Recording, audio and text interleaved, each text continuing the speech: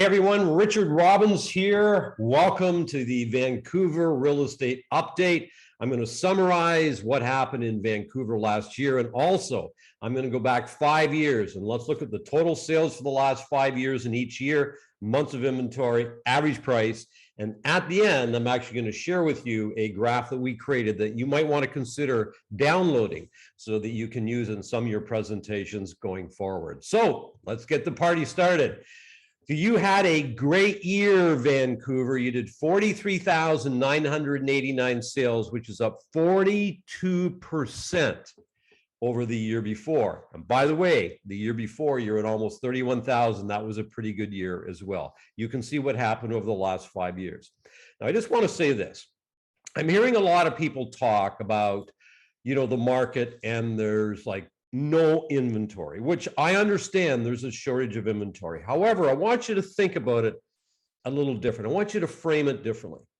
If you did 44,000 sales in 2021, there had to have been a lot of listings. Would you agree? Because how would we have 44,000 sales? Like, your sales are up 42%. So understand, there were lots of listings came to the market last year. There had to have been. Your sales were up 42%. So then when we say there's a lack of inventory, well, what is the cause of that? The cause right now is buyers. Now, I understand that we could argue that, yes, we've got to open up land to build more. We need more inventory. We get tons of immigration. I get all of that. Well, we have to understand that the buyer demand right now is like over the top, absolutely over the top.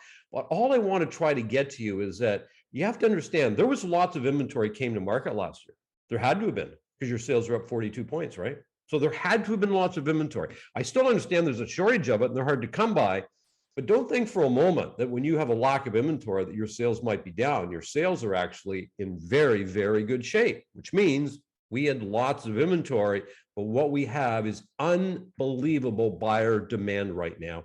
Obviously, more than we've had in history, because you had the best year in total sales that's ever been recorded, as far as I know anyway, on the Vancouver Real Estate Board. Okay, so moving forward, this is interesting here. What I did was I took the first 6 months of last year and how many sales compared to the last 6 months of last year. And you'll notice here that you did almost 25,000 in the first 6 months and about 20,000, which means you're down by 22%. Interesting, right?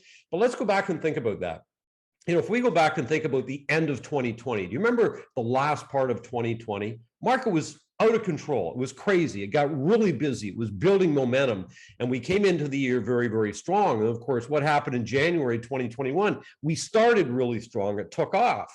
And we did all kinds of business. And then it started to slow down in the last half, right? Once we sort of get into the summer, but then the slowdown continued. It was still great. Don't get me wrong. There's still tons of business, but I just mean you did much less business, okay, in the second half than you did in the first half. You're down by 22%. So I thought you might find that interesting.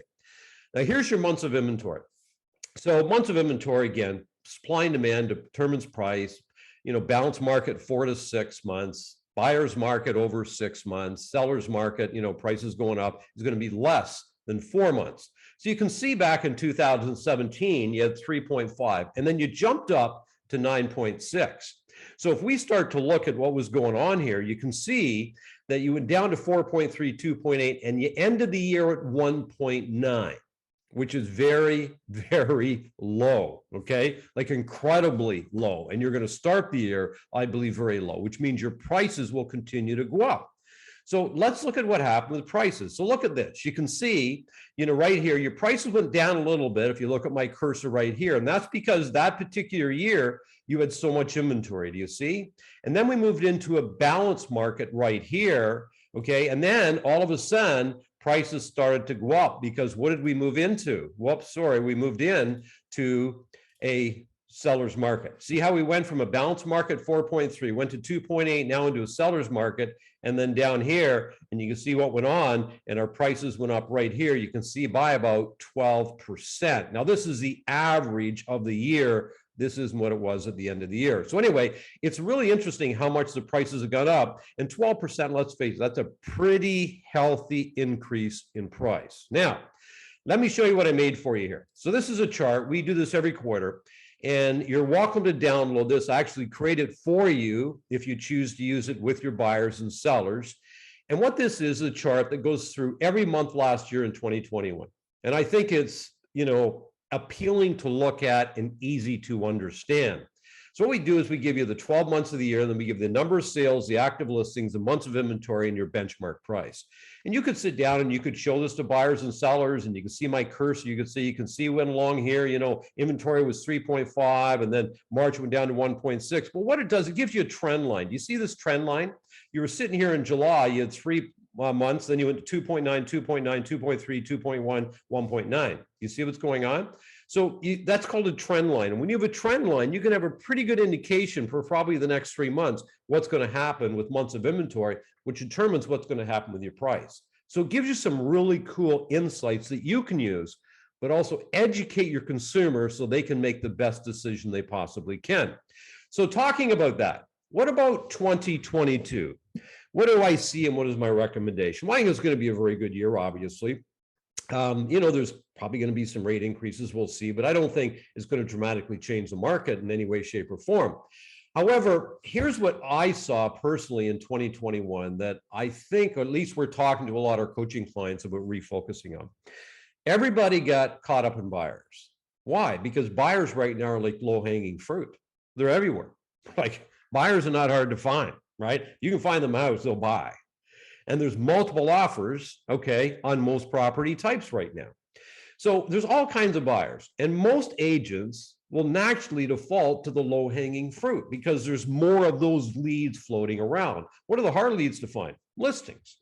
However, what we know is that if we want to succeed in real estate, and I don't care what's going on in the market, if we want to succeed at a high level, if we want to have more control of our time, if we don't want to be working nights and weekends all of the time, we got to focus on the listing side of the business, because then we're in control. Like, we own the inventory and everybody else is working to help us get our inventory sold. What a beautiful system, right? But when there's all these buyers with low-hanging fruit, you're going to work too much. And last year, I talked to so many of our clients. They were tired. They were burnt out. Why? Because they're all working with buyers. They're working nights, they're working weekends, they're dealing with multiple offers. It's nonstop. Listing comes up, we're rushing out, living in urgency, trying to get our buyers through that house, right? So what I'm saying is that if you did more sales last year than we did the year before, there were lots of listings came to market, right? There had to have been. But they just what? They sold, which is great if you're the listing agent. So moving into 2022, I'm thinking, well, if we want more control of our time, we want to be like more successful, where should we focus our attention? Listings, listings, listings, listings, listings. But when we get caught up in working with all of this low-hanging fruit, we don't have time to go find what? Listings. We only take the ones that show up on our doorstep, if they do. So what I'm going to be doing in the first quarter of the year is I'm going to create all kinds of content on how to get more listings, because there's lots of strategies on how to do it. And as I create the content, we want to get it out to you if we possibly can. And one way we can do that is if you're subscribed to our newsletter. Now, many of you might be subscribed already, which is great. But if you're not, go to richardrobbins.com and get subscribed to our newsletter. And that way, when I produce content that hopefully is helpful to you, that you're going to get that content right away. So 2022, I think focus on listings. I think it's going to be a great year. And I want to wish you an amazing 2022.